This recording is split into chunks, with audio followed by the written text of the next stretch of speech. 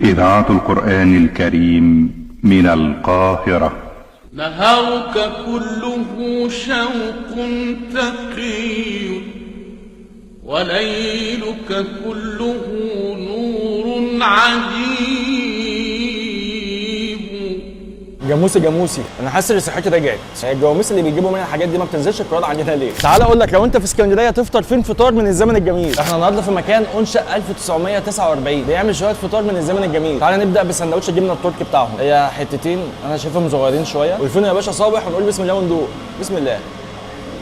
هي الجبنه وسط، ولا حادق قوي ولا دلع قوي. سندوتش جبنه رومي او تركي عادي جدا، ما فيهوش افتكاسه. تعال بقى نشوف الافتكاسه هنا يا باشا بقى، وهو جبنه رومي بالقشطه. ونودي القشطه عندهم حلو قوي. ده السندوتش اللي خليني اجي هنا مخصوص عشان تحفه. انا بالنسبه لي اول مره ادوق الجبنه الرومي بالقشطه، بس هعتمدها. نخش على اللبن يا جماعه، وش اللبن ده عالمي، ما بقاش موجود الوش ده اليومين دول. هننزل بس كده ايه بمعلقه سكر واحده، ونقلب يا باشا التقليبه بتاعتنا. جاموسي هو ايه ده؟ ده عايز قطمه سندوتش جبنه تركي بالقشطه مع بق لبن. لا يا جماعه تاريخ، انا ما كنتش بشرب لبن. تعالى بقى نخش على اللبن الرايب يا باشا. انا اول مره يا جماعه اشوف لبن رايب بالمنظر ده. ده زبادي ده ولا لبن رايب؟ تقيل قوي، هو يتاكل بالمعلقه، ده ما بتشربش.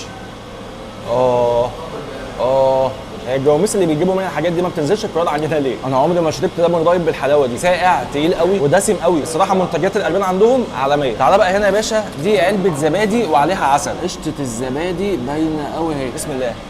الله، لا الزبادي حلو قوي. العسل هو اللي ممكن يبقى خفيف شويه، بس الزبادي لوحدها حلوه قوي. نرجع ايام الطفوله ونقوم يا باشا مقلبين الزبادي بالعسل كده، نقوم بقى يا باشا ايه واكلين.